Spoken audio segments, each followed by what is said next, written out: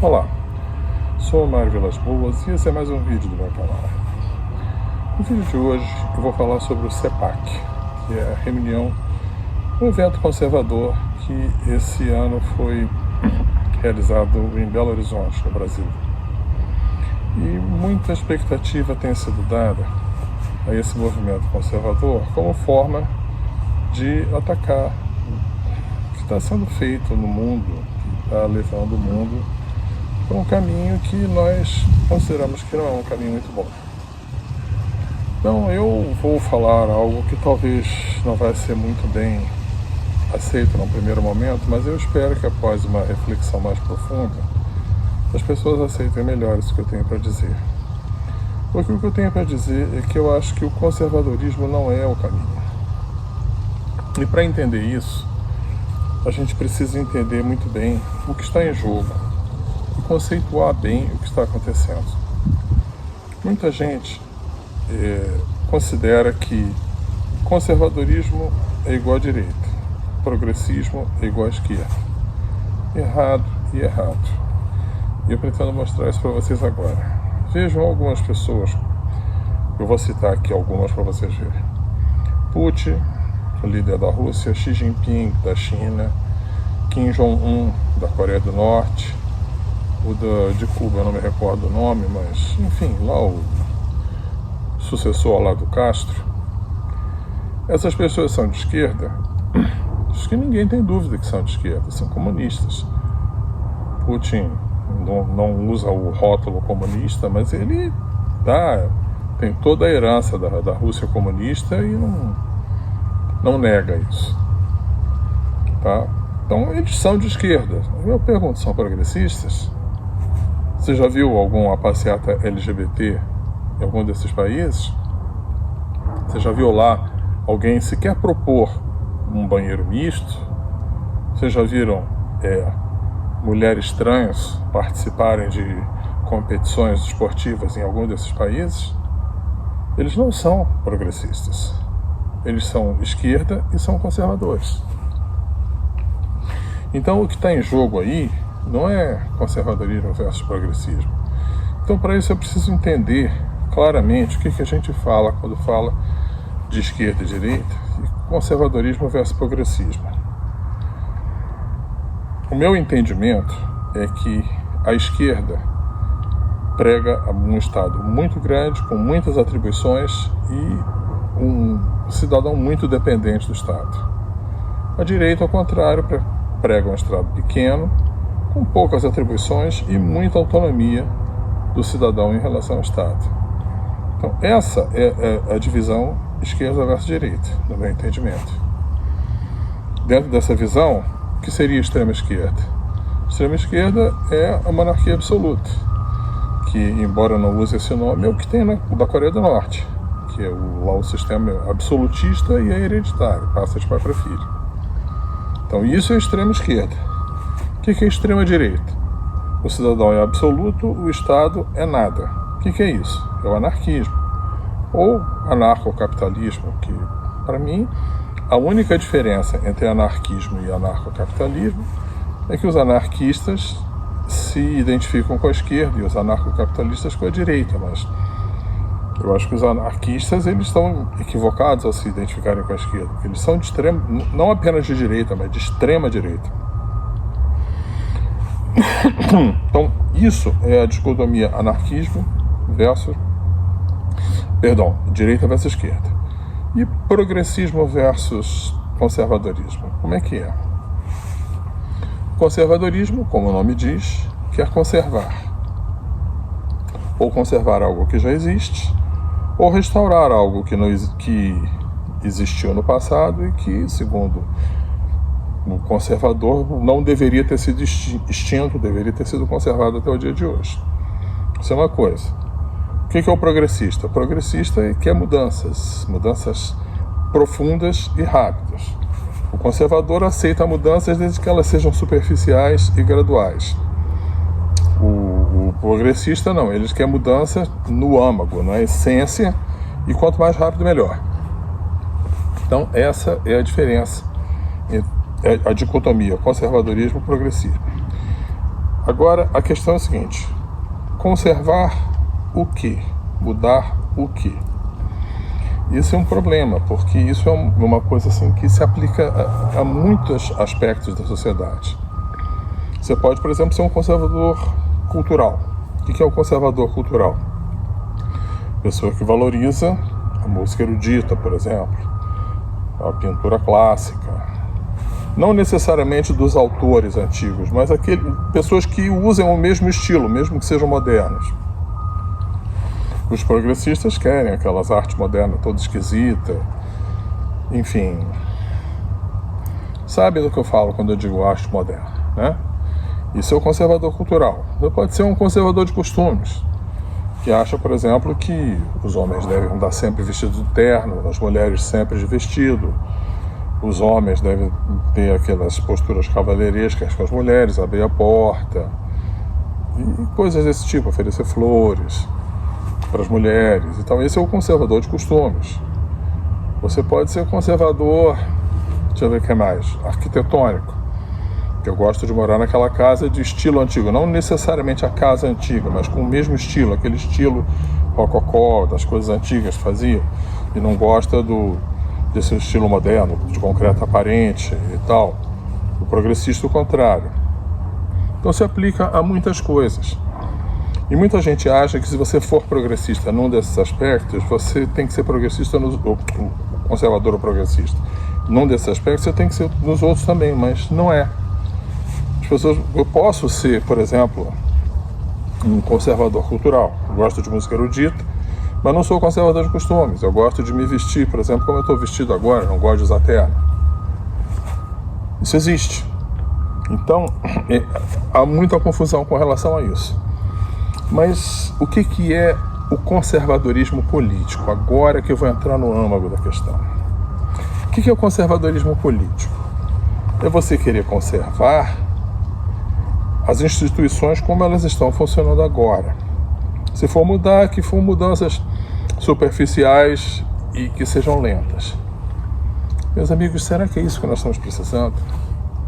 Será que nós precisamos preservar essas instituições políticas, essa estrutura política que nós temos hoje? Se for mudar, seriam mudanças apenas superficiais? É isso que nós estamos precisando? Para entender isso, eu queria fazer assim, dar uma pequena aula de história sobre a Revolução Americana.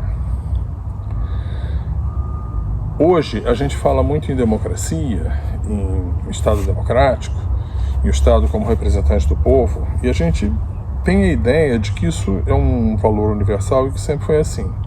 Errado e errado. Isso não é um valor universal e nem sempre foi assim. No século XVIII, antes da Revolução Americana, o que eles consideravam normal eram monarquias absolutistas. E o monarca, o rei, o Estado, ele não representava o povo. Pela época, era considerado uma coisa que você fala hoje parece um absurdo, mas na época era assim. Eles achavam que o rei tinha o direito divino de ser rei.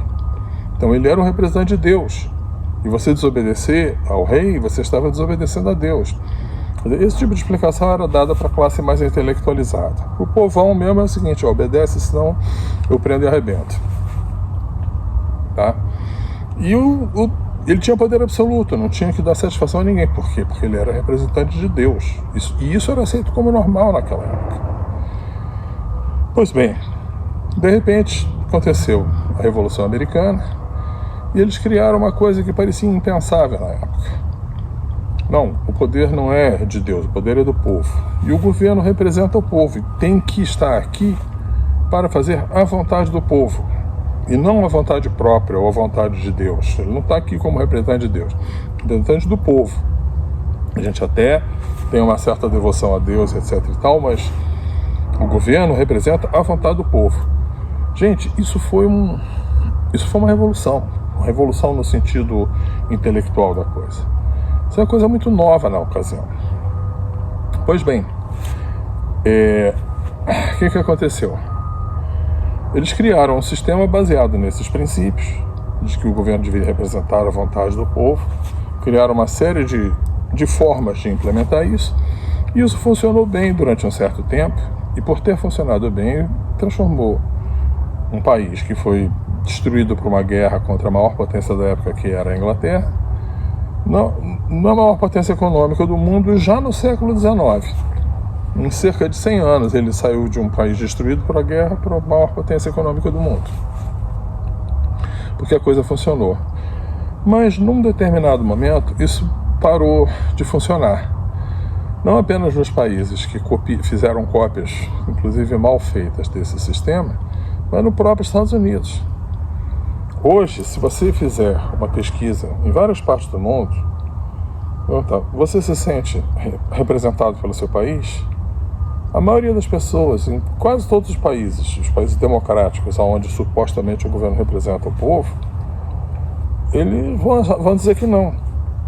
Um exemplo moderno para mostrar o quão distante esse estado da realidade foi o plebiscito do desarmamento no Brasil. Ganhou com uma diferença grande o não, quer dizer, o não ao controle de armas. E o governo nunca deu a menor pelota para isso.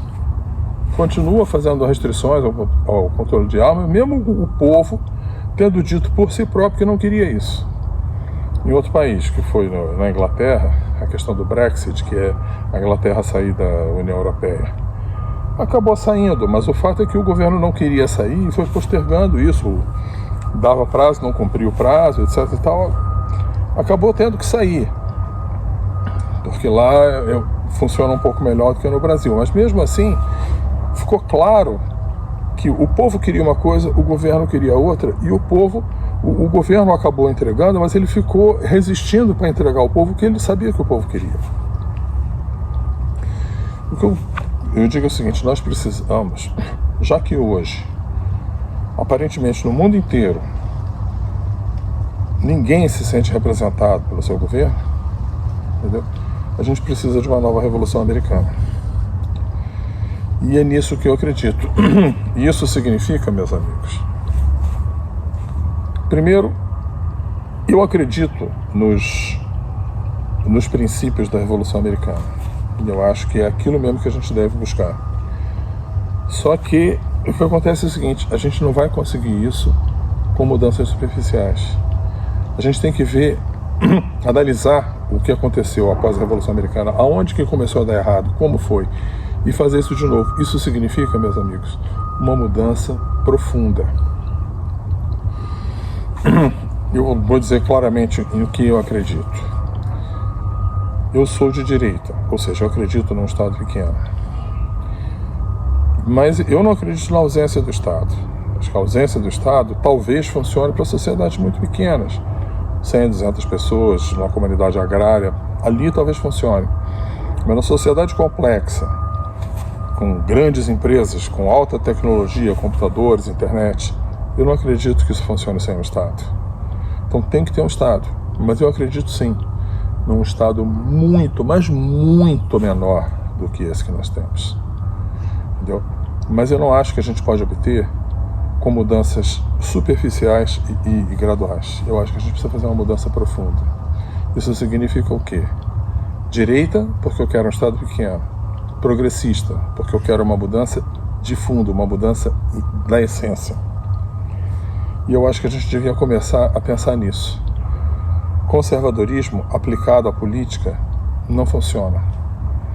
Não funciona. Funciona como movimento cultural, isso sim. Funciona como movimento de costumes, isso sim.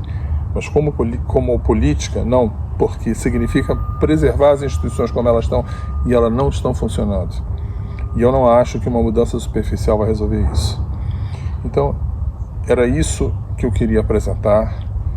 E eu sei que é um pouco, digamos assim, vai na contramão do que a reação a esse governo despótico que nós temos. E eu não falo só de Brasil, várias partes do mundo. Isso não vai ser bem aceito no primeiro momento. Mas eu convido as pessoas a pensarem nisso. Mudanças superficiais e graduais não vão resolver isso. É preciso de uma mudança profunda. Isso significa o quê? Progressismo. Mas um progressismo de direita. Por quê? Porque vai levar a um Estado muito pequeno. Bom, eu tenho mais para falar sobre isso, mas esse vídeo já ficou muito grande, então eu vou parar por aqui. Esse foi o vídeo de hoje, até o próximo.